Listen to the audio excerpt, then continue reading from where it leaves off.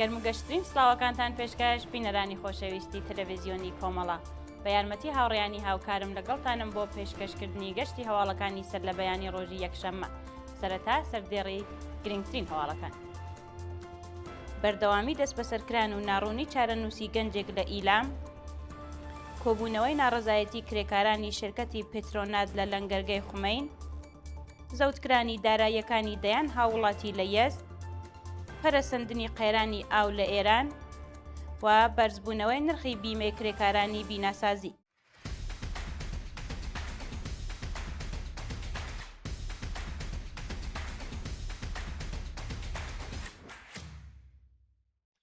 درێژەی هەواڵەکان بەردەوامی دەست بەسەرکران و ناڕوونی چارەنووسی گەنجێک لە ئیلام بەپێی راپۆرتی گەیشت و پاش تێپەڕبوونی 4 ڕۆژ بەسەر دەست بەسەرکرانی محەممەد ڕەزا فەریادی گەنجی خەڵکی شارستانی سەرابڵێ پارێزگای ئیلام هێشتا هیچ زانیاریەک سەبارەت بە چارەنووس، شوێنی ڕاگرتن و دۆخی تەندروستی ناوبراو لە بەردەستانیە.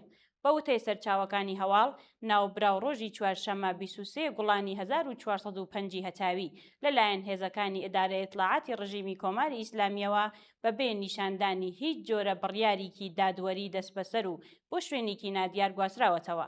شایانی باسە کە تا ئێستا هیچ زانیاریەک سەبارەت بە هۆکاری دەست بەسەرکردن، شوێنی ڕاگرتن و ئەو تۆمەتانەی خراونەتە پاڵی بڵاو نەکراوەتەوە و بە دوواداچوونەکانی بنەماڵەکەشی بێئەنجام ماونەتەوە.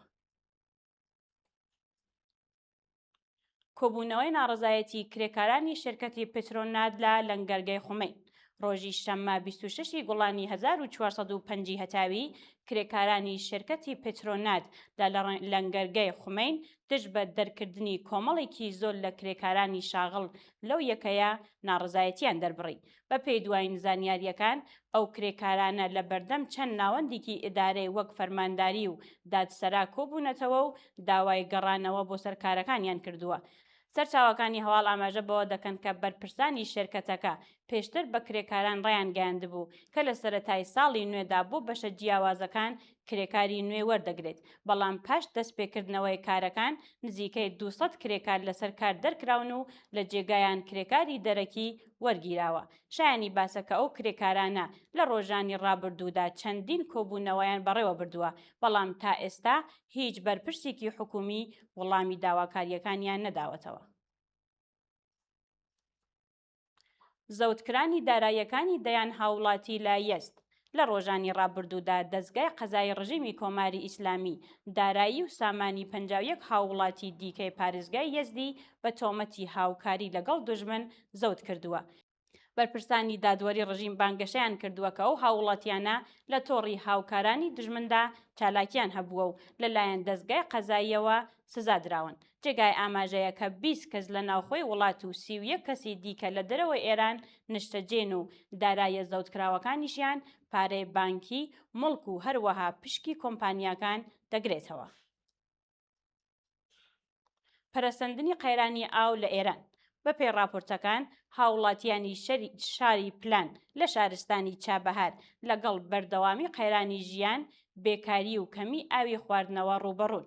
هاوڵاتیان ئاماژە بەوە دەکەن کە هاوکات لەگەڵ بەرزبوونەوەی خێرای نرخی کەلوپەل و نەبوونی دەرفەتی کار، دۆخی ژیانی خەڵکی ناوچەکە ڕۆژ بە ڕۆژ خراپتر دەبێت و لە هەمان کاتدا کەمی ئاوی خواردنەوە و بەرزبوونەوەی تێچووی دابینکردنی ئاو، باریکی ئابووری قرس لەسەر بنەماڵەکانە. شایانی باسە کە درێژەی پچڕانی هێڵی ئینترنەتی نێودەوڵەتی کاریگەریکی زۆری لەسەر ئابووری خەڵکی ئێران و هەروەها ژیانی ڕۆژانەیان داناوە. بەرزبوونەوەی نرخی بیمەی کرێکارانی بیناسازی بەپێی راپۆرتی گەیشت و ڕێکخراوی تەمینی ئیجتیماعی لە ماوەی 50 ڕۆژی ڕابردوودا نرخی بیمەی کرێکارانی بیناسازی بە ڕێژەی 60% بەرز کردووەتەوە.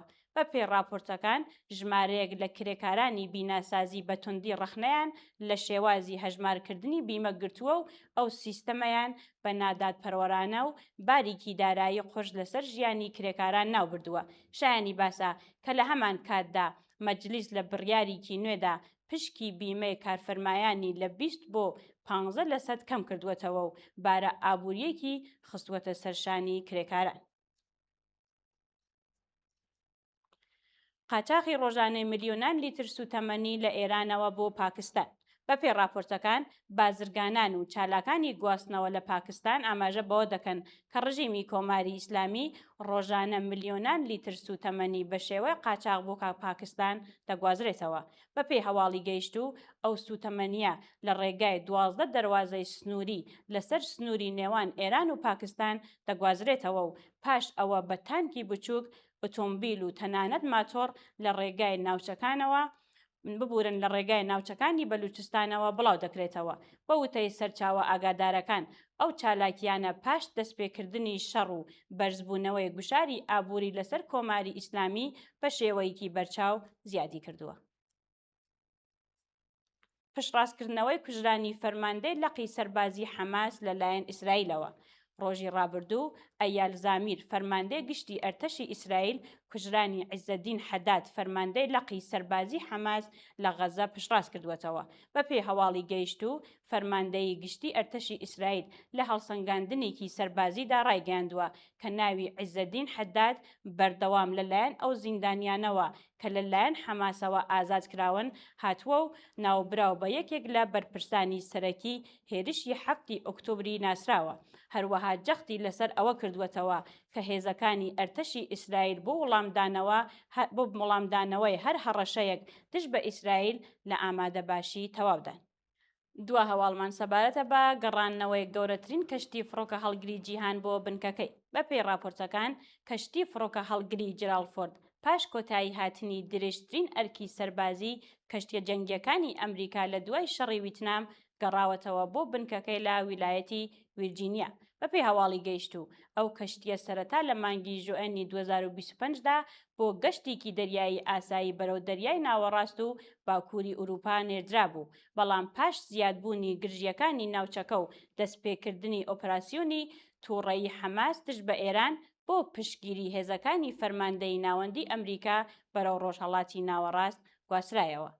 بینەرانی عەزیز و خۆشەویست هەواڵەکانتان پێشکەشکرا. کات و ساتێکی خۆش بۆ هەموو لایەک.